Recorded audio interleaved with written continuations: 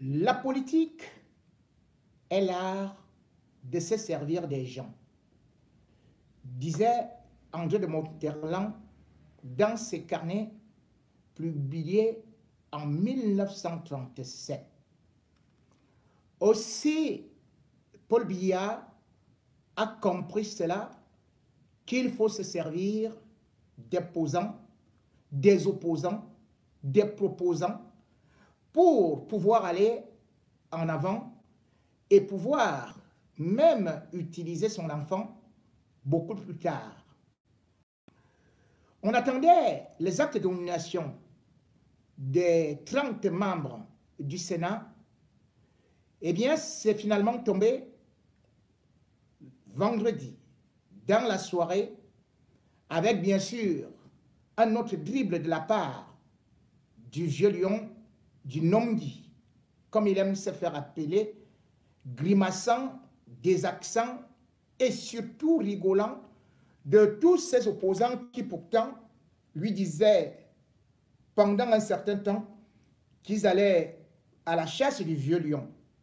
Au fil du temps, le vieux lion n'en a fait qu'une bouchée, puisque les opposants, eux tous, sont tombés finalement dans son panneau. Et pendant ce temps, alors qu'on attendait qu'il puisse peut-être nommer Franck Biya, eh bien, Paul Biya, une fois de plus, a su anticiper et n'a pas nommé Franck Biya dans la mesure où beaucoup vont baisser la garde en se disant que Franck Biya n'a pas des ambitions pouvoiristes, n'a pas l'intention de remplacer son père. Et pourtant, c'est une erreur, puisque c'est justement une véritable parade qu'a utilisé encore Paul Biya, à savoir que ne pas exposer son enfant pour l'instant, puisque au Sénat, même étant élu plus tard président du Sénat, selon la loi, eh bien, il ne peut pas être candidat à l'élection présidentielle, selon la Constitution, puisque le président du Sénat n'est là que pour un instant. Nommer donc Franck Biya aurait été une façon de le disqualifier déjà pour l'élection de 2025. Pendant ce temps, Paul Biya, bien sûr, c'est dans le camp ennemi, ou plutôt ce qui se présentait tel qu'il est parti recruter ceux-là qui pourtant lui faisaient la guerre. Ainsi, on a pu voir certaines personnalités qui pourtant disaient être de l'opposition se faire nommer. Et oui, l'opposition est décimée dans la mesure où Paul Biya n'a distribué que quelques morceaux d'os par-ci, par-là, à l'UNDP, au MDR, à l'UPC et bien sûr au SDF. Oui, le SDF, parti qui était si craint, qui d'ailleurs pouvait arriver au pouvoir, qui même avait gagné l'élection présidentielle, n'eût été le braquage, le hold-up, eh bien, ce parti aujourd'hui est fini comme une bougie. Oui, c'est éteint. De 7 sénateurs élus, on se retrouve avec un seul, un singleton, pour justement montrer au monde entier que Froundy fait partie de la mangeoire, qu'il ne s'en cache plus, que ce parti qui a donné tant d'espoir, où on a vu au moins ces 6 martyrs se faire piétiner parce qu'ils revendiquaient la démocratie, qu'ils sont morts pour rien. Lui, le RDPC a ratissé, puisque déjà ceux-là qui ne voulaient pas de l'UNC, qui se sont battus pour l'indépendance, c'était l'UPC. Et l'UPC qui, normalement, devrait diriger dans ce pays, l'UPC a eu à s'éteindre au fil du temps. Qu'est-ce qu'on arrive maintenant à retrouver dans l'UPC? Un tout petit singleton. Comme des alliés, en 1992, le RDPC, ou plutôt Paul Biya, a donc repris les mêmes, en donnant bien évidemment aussi un petit gâteau du côté de l'UNDP, de Bello Bouba Maïgari, et puis en lorgnant un peu vers l'autre côté pour voir le MDR. Retour en 92, où il fallait se partager le gâteau, mais cependant, où le RDPC était dos au mur et avait face à lui des vrais opposants. Aujourd'hui, ils sont comme des enfants, puisque où est donc parti celui qui croyait qu'il allait devenir finalement sénateur? Il était dans le RDPC et est sorti de là en se disant qu'il devenait le chasseur des lions. Jean-Jacques Ekindi. Puis il a abandonné son propre parti pour aller au RDPC en se disant: je reviens vers toi, Seigneur. Oui, je reviens vers toi. Après avoir essuyé les chaussures, les griffes de Paul Biya a pris Jean-Jacques Ekindi dans la poubelle. Et c'est lui qui disait que Paul Biya est comme un polygame qui regarde la femme qui lui fait la bonne cuisson, qui est venu bien sûr dans ce mariage à l'unisson avec son padec. Eh bien, le docteur Jean de Dieu Momo, lui aussi qui était dans l'opposition et qui a été recruté, et il s'attendait également à ce que son parti puisse avoir aussi un sénateur. Parce que tellement, que n'a-t-il pas dit? Combien de bannis n'a-t-il pas combattu? Combien d'opposants a-t-il insulté? Oui, partout, dans des réseaux sociaux, le gars a transpiré parce qu'il attendait de ce mariage polygamique un vrai cadeau, venir enfin faire quelques 400 coups sur le lit de Paul Biya, qui finalement a regardé Jean de Dieu Momo, lui a dit: ton ventre est devenu assez gros, tes fesses sont devenues un peu fatiguées, et puis tu ne sais plus mettre le rouge à lèvres. Viré. Et puis, Paul Biya est donc reparti prendre quelques anciennes femmes qui lui valent une certaine fidélité. Mais comme je le disais, ce n'est plus en donnant ce qu'il faisait, la contribution à coût de millions et surtout de grandes positions dans le gouvernement. Non, ce n'est plus comme ça. C'est que tu te places là et tu te tais. 95 sénateurs pour le RDPC, à peine 5. Et dans tout ça, il s'est dit: ces 5-là, qu'est-ce que je vais faire? C'est juste pour la coloration. Ils n'auront rien à dire. Ah oui, les cabris ont beau sauter avec Cabral Libi, Paul Biya dit: vous êtes encore tout petit. Et puis il est parti prendre. C'est lui qui aboyait dans l'opposition, qui organisait les villes mortes, qui demandait la conférence nationale souveraine. Pierre Flambeau Ngaya, lui, il lui a dit, maintenant je vais te confier une mission. Je te nomme là où tu créais le désordre à Douala pour qu'en 2025, c'est toi qui vas affronter les Ben Skinner. En 2025, ce sera toi qui vas distribuer les tracts de francs billets dans tous les marchés.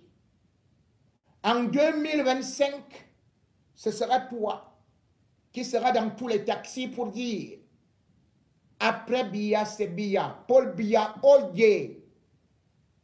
Voilà donc à quoi est réduit aujourd'hui Pierre Ngaya, flambeau de l'opposition en lambeau.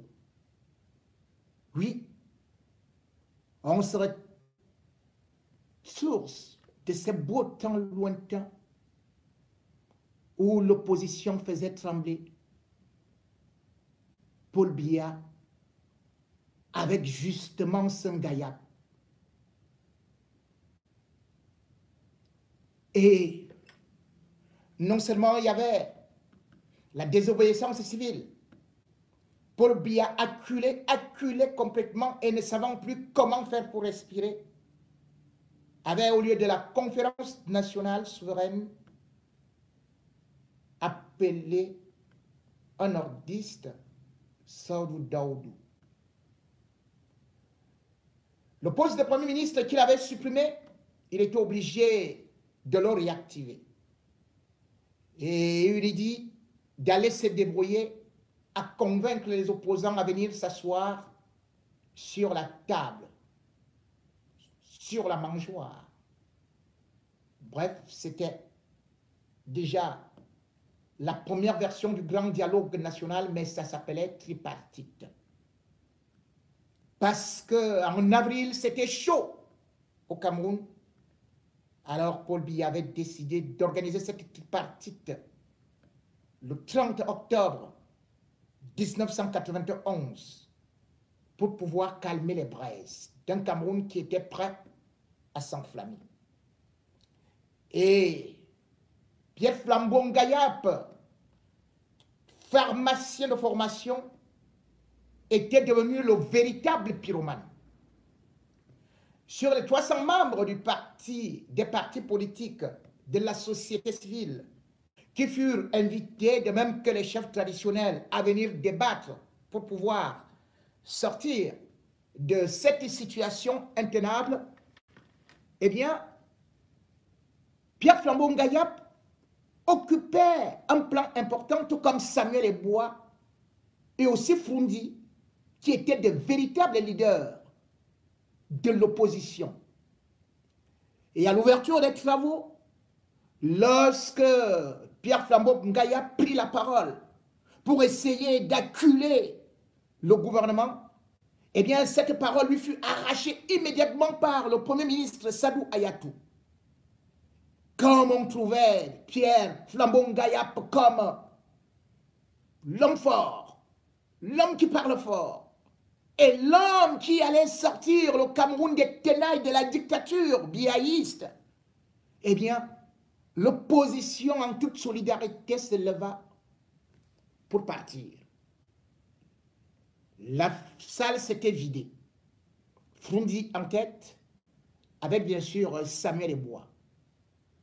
Il a fallu que Paul Biya passe par Sopo prison pour pouvoir négocier, pour qu'il revienne. Par aussi Tandemouna, par Djongo Foncha, des leaders anglophones, sans pour autant oublier même l'Église. Monseigneur Onomimboué et le cardinal Toumi étaient à la manœuvre pour convaincre l'opposition de venir discuter. Parce qu'au bout, il disait qu'il faudrait arriver à un code électoral consensuel et surtout à la limitation des mandats présidentiels et aussi à l'accès aux médias publics, dont la CRTV. Les négociations prirent 2 semaines et Paul Biya a pris l'engagement non seulement de revoir le code électoral, mais surtout de pouvoir limiter les mandats présidentiels et aussi de libérer certains prisonniers politiques et de désactiver aussi ce qu'il avait mis en avant pour la répression, à savoir le commandement opérationnel. Ainsi, Fauchivé se transforma, lui qui était pour la répression à tout va, en démocrate, ou plutôt en chat, guettant les opposants au tournant. Les opposants avaient rapidement accepté de lever le mot d'ordre qui faisait mal au gouvernement, à savoir ville morte et désobéissance civile. Et au lieu de pouvoir honorer son engagement, Paul Biya programma plutôt une élection anticipée de 7 mois, élection législative, en passant par les opposants et distribuant de l'argent.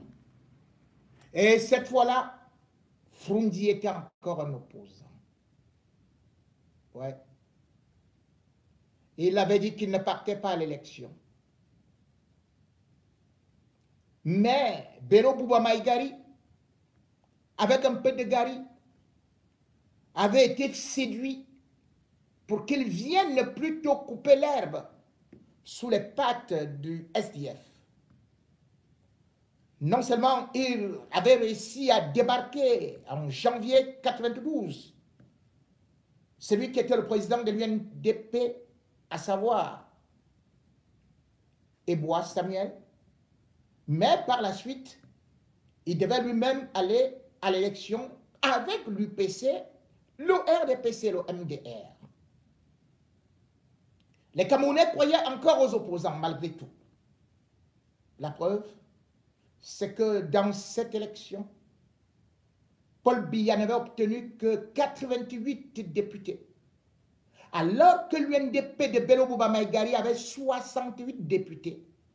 L'UPC avait 18 députés et le MDR de Daikola Dassala avait 6 députés.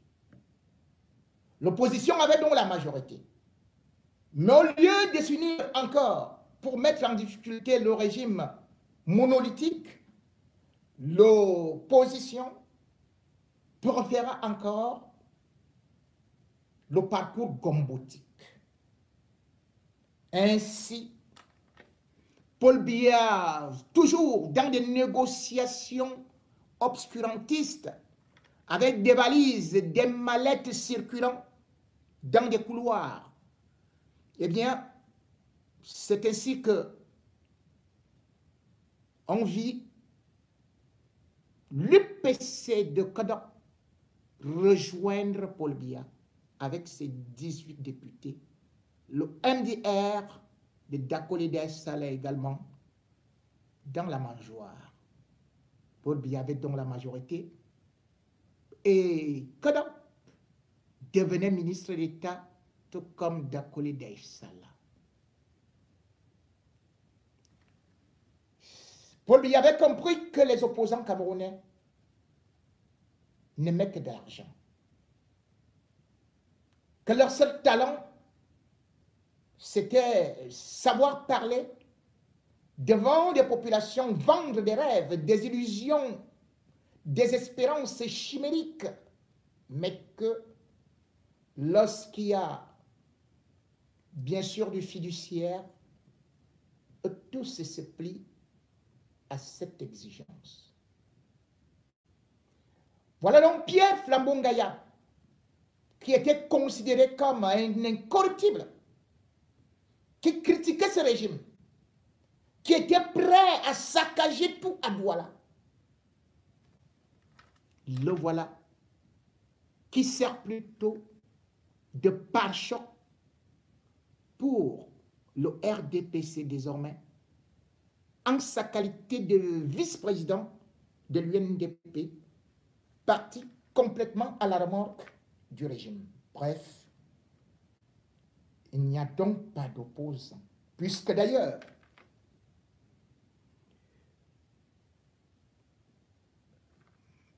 c'est d'abord l'honneur qui est la valeur de l'homme. A-t-il même encore de l'honneur lorsqu'on se rappelle que ce monsieur est un voleur?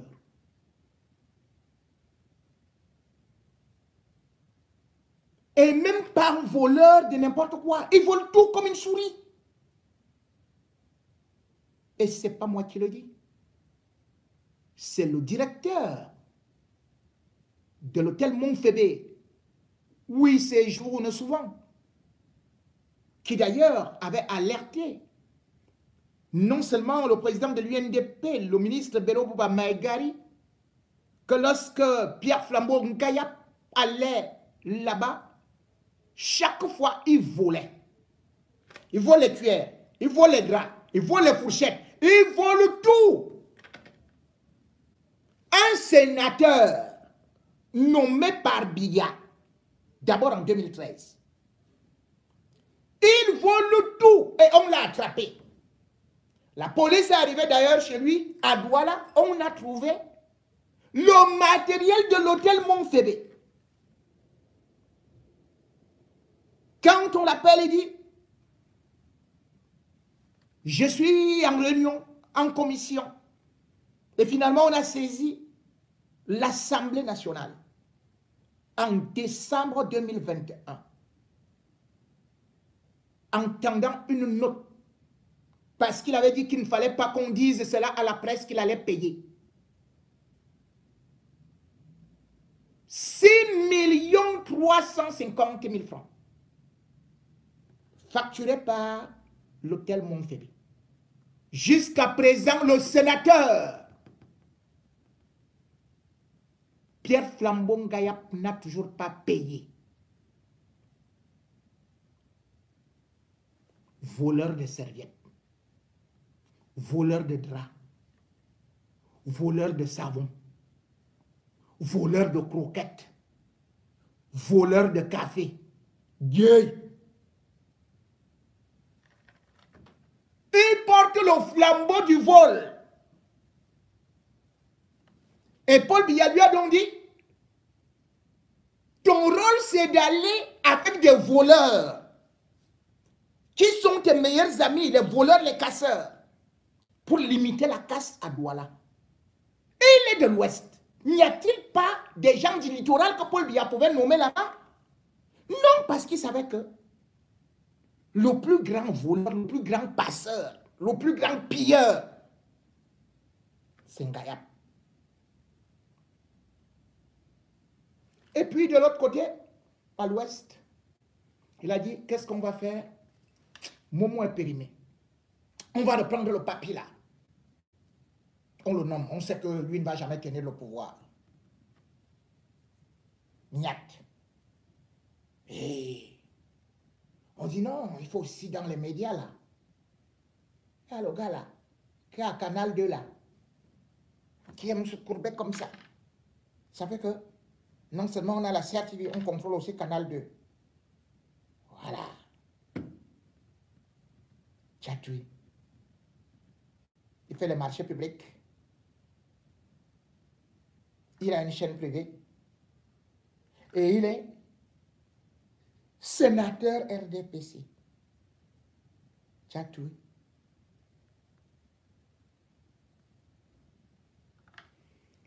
Et Paul Biya regarde. Il dit non. Au Cameroun, on vole de génération en génération. On mange de famille en famille. Ah, tiens, le vieux Choc Moukete est mort, Victor. Il est mort, il avait 102 ans, il était toujours là. Qu'est-ce qu'on fait? On va chercher son fils. On le bombarde. Sénateur! Oh tiens, mon vieux Sultan Bonbon Dioya, et lui aussi il est mort. Mais comme je sais pertinemment que son fils, Sédou Momon Dioya, même l'élection à l'Afrique, Foudi n'est pas capable de gagner. Qu'est-ce que je fais? Je le bombarde aussi là-bas, sénateur. Et ça se comprend. Parce qu'en même temps, c'est aussi un bon ami à la famille. Tout le monde a vu comment Franck Biya y allait. À l'ouest donc, c'est bloqué. Dans le septentrion, c'est bloqué. Là-bas, dans les régions anglophones, c'est zingué.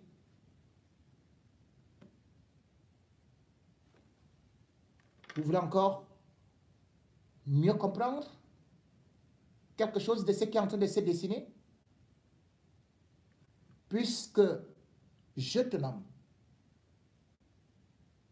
tu connais ce que tu as à faire dans ta région,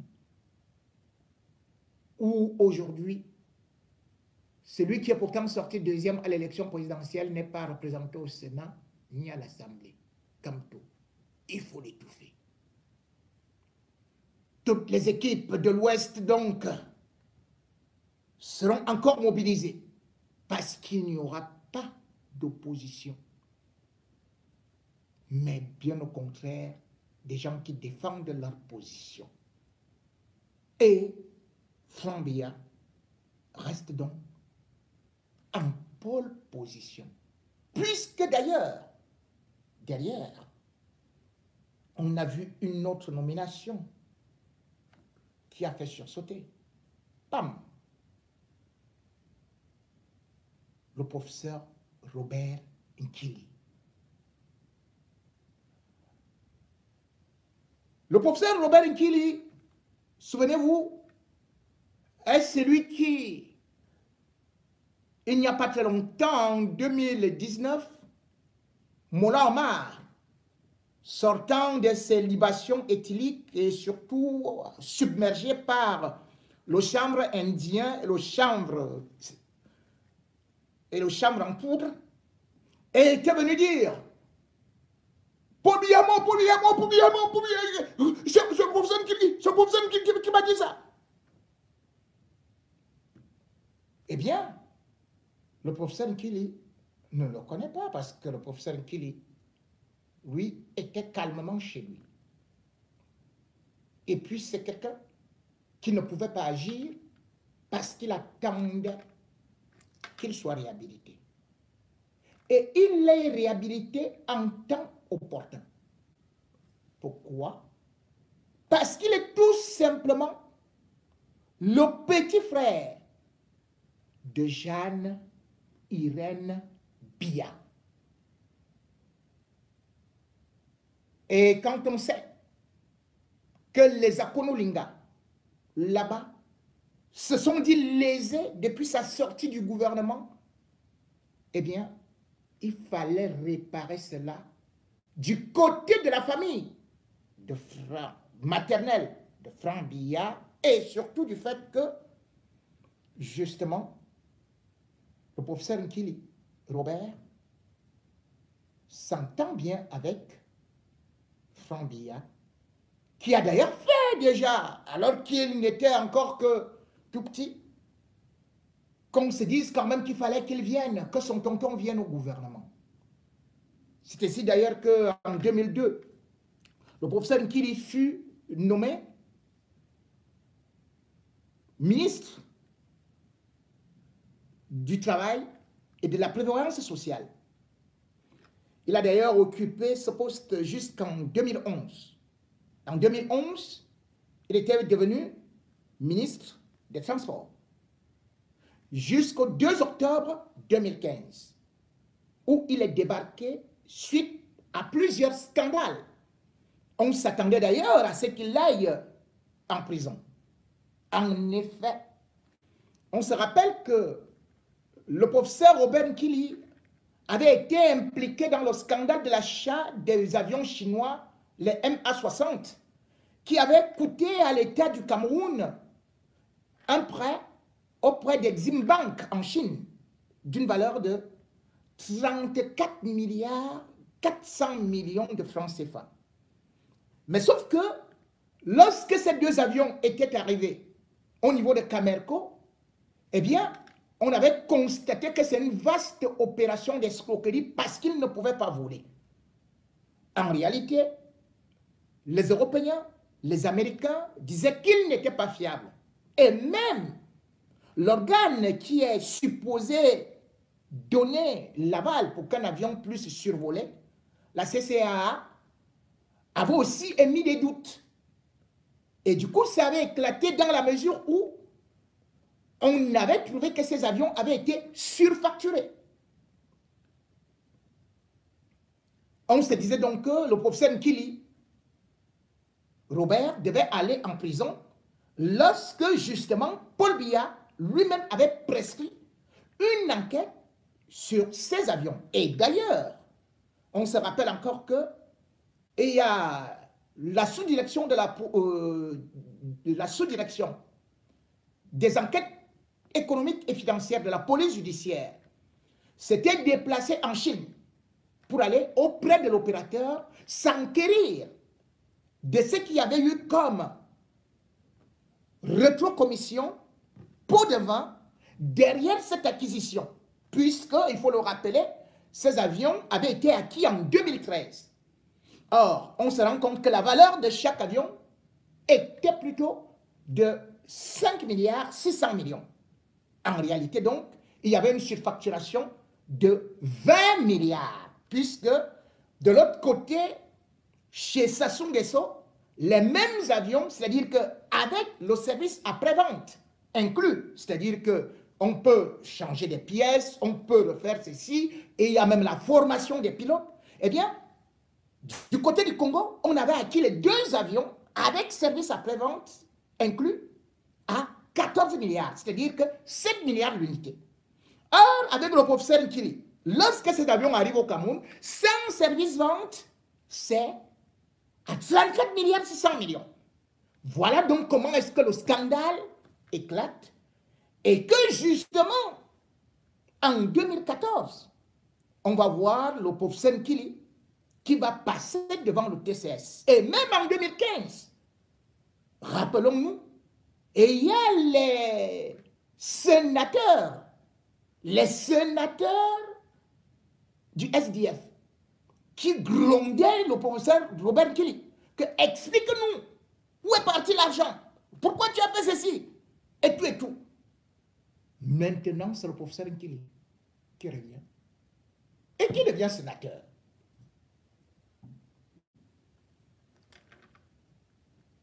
L'accusation, les détournements n'ont donc pas prospéré. Il revient en temps opportun, comme le parent de Franck Biya. Vous croyez que ceci est un hasard? Que non. Parce que l'instant T vient. Il faudrait qu'il soit à l'intérieur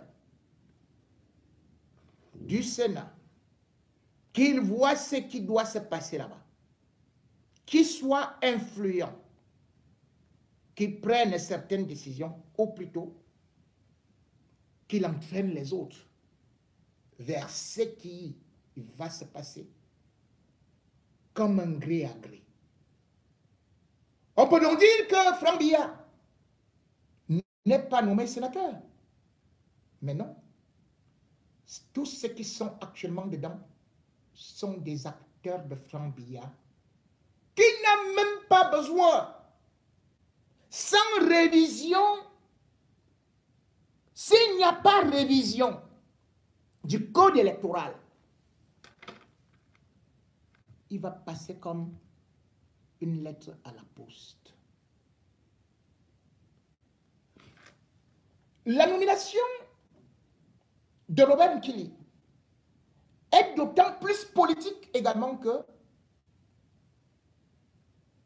les Akonolinga, qui après la mort de la première dame, était complètement lésé, était aussi en train de reprocher quelque chose au régime en place ou à un des leurs, à savoir le Paul Motazi, ou même les Mbondayolo. Puisque, justement, les Mbondayolo, tout comme celui à qui on croyait porter de l'espoir, le Paul Motazi, se sont plutôt alignés derrière Jean-Pierre Amougou Belinga. Et non derrière Anakono Lenga, qui a été le vrai premier milliardaire de ce qu'on peut appeler alors, dans les temps modernes, premier milliardaire Fambéti. Et cet Akono Lenga-là s'appelle Jean-Claude Bokolomban.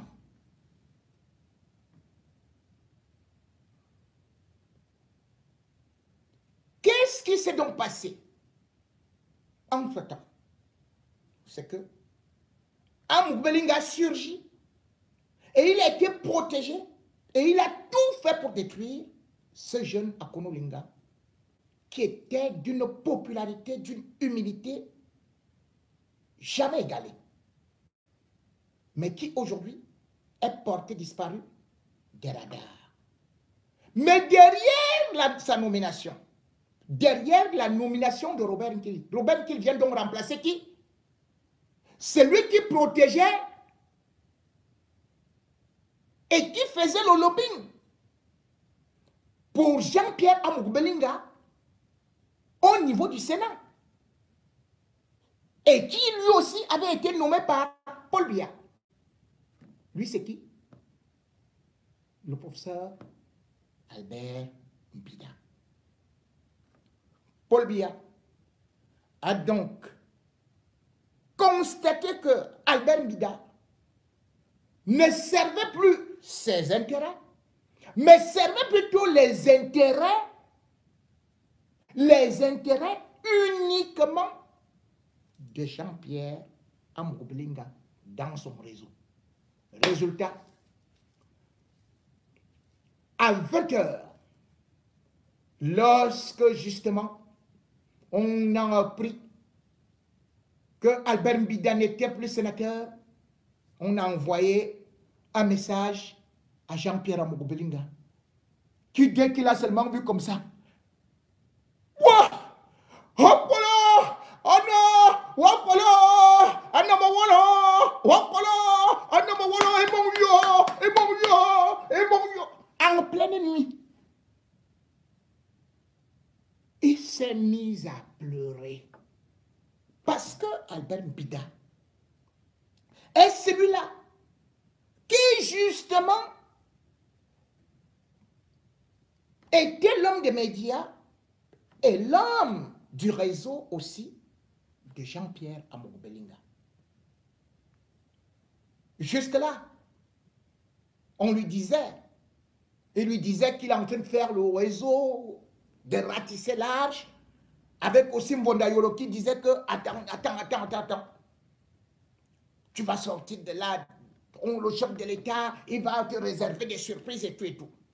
Mais maintenant, c'est celui-là qui était son pilier politique au Parlement qui est mangé dans la sauce. Albert Mbida, rappelez-vous, il était le conseiller technique nommé par Jean-Pierre Amougou Belinga depuis 2017. Albert Mbida est celui-là qui, bien évidemment, arrive là, pas parce qu'il est tellement l'ami de Jean-Pierre Amougou Belinga, mais parce qu'à soi, Jean-Pierre Amougou Belinga va envoyer quelqu'un, va payer quelqu'un pour aller composer à sa place, pour une licence. Et Albert Mbida, lui, surveillant, va tomber devant ce monsieur. Il dit, mais c'est toi, Amougou Belinga? Et finalement, il va se rendre compte qu'il vient d'attraper un gros morceau. Au lieu de punir, au lieu de sanctionner celui-là, il va donc faire le marché avec Amougou Belinga qui se retrouve là avec ses diplômes, hein, sans savoir composer. Quand on entre dans ses bureaux, vous voyez diplôme en quoi politique de soi. Il n'est jamais pas. D'ailleurs, il a eu le CPE où? C'est Albert Mbida qui nous donnait les faux diplômes. Et du coup, même ceux qui étaient là, pour pouvoir au moins redresser des journalistes, non, Albert Mbida, il se dressait contre le Conseil national de la communication, il se dressait contre tout le monde, et Albert Mbida était aussi derrière certains réseaux pour s'opposer aussi à Eto, puisque Amougou Belinga, lui aussi, il a ses problèmes avec Samuel Eto, dont je ne voudrais pas évoquer ici, mais cependant, quand vous regardez d'ailleurs la relation entre Andro Nana, qui se fait recevoir par Amougou Belinga, c'est par le truchement d'Albert Mbida qui s'est dit qu'il faut aussi déstabiliser les lions. Albert Mbida se retrouve donc maintenant mis à l'écart après un seul mandat. Cela veut dire quoi? Que tout simplement, le cas Jean-Pierre Amougou Belinga est devenu grave. Si pas donc maintenant à pleurer, c'est-à-dire que c'est-à-dire je suis mort, je suis mort, je suis mort. C'est parce que la mort est bel et bien là. Parce que la mort est d'abord politique. Lorsqu'on coupe tes réseaux, et surtout lorsque toi-même tu as passé ton temps à détruire les autres, à détruire les innocents. Ceux qui parlent que Jean-Pierre Amougou Belinga est détruit par les autres ne connaissent pas l'histoire. Parce que justement, s'il y a un homme qui a détruit les Fambeti, et dont je viens de parler, d'un qui est au sommet, c'était bel et bien celui qui risque aussi de revenir très très fort, à savoir Jean-Claude Pokolomba, par rapport à tout ce que Amougou Belinga est en train de faire en ce moment pour encore toujours le détruire.